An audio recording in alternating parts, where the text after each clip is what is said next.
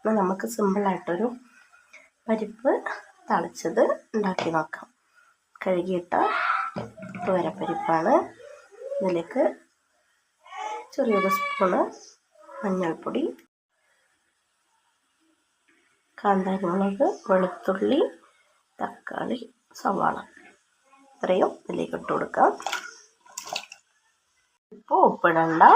ഉപ്പ് നമുക്ക് വെന്തതിന് ശേഷം താളിക്കാൻ നേരത്ത് ഇട്ട് കൊടുക്കാം. ഇനി 3 വിസിൽ വരുന്നവരെ നമുക്ക് വേവിച്ചെടുക്കാം. ചട്ടി ചൂടായിട്ടുള്ള അതിലേക്ക് വെളിച്ചെണ്ണ ഒഴിച്ച് കൊടുക്കാം. എണ്ണ ചൂടായിട്ടുള്ളതിലേക്ക് കടുക് ഇട്ട് കൊടുക്കാം. കടുക് പൊട്ടുമ്പോൾ 2 കണ്ട് കറിവേപ്പില ഇട്ട് കൊടുക്കാം. കടുക് പൊട്ടിയിട്ടുള്ളതിലേക്ക് കറിവേപ്പില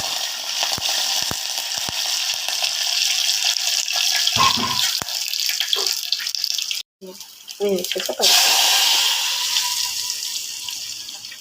ഉപ്പിടാത്തതുകൊണ്ട് എനിക്ക് ഈ സമയത്ത് ഉപ്പ് ചേർത്ത് കൊടുക്കാം. അപ്പം നമ്മുടെ ഒഴിച്ചു കൂട്ടാനായിട്ടുള്ള പരിപ്പ് കറി റെഡി ആയിട്ടുണ്ട്. ഇത്രയും മതി.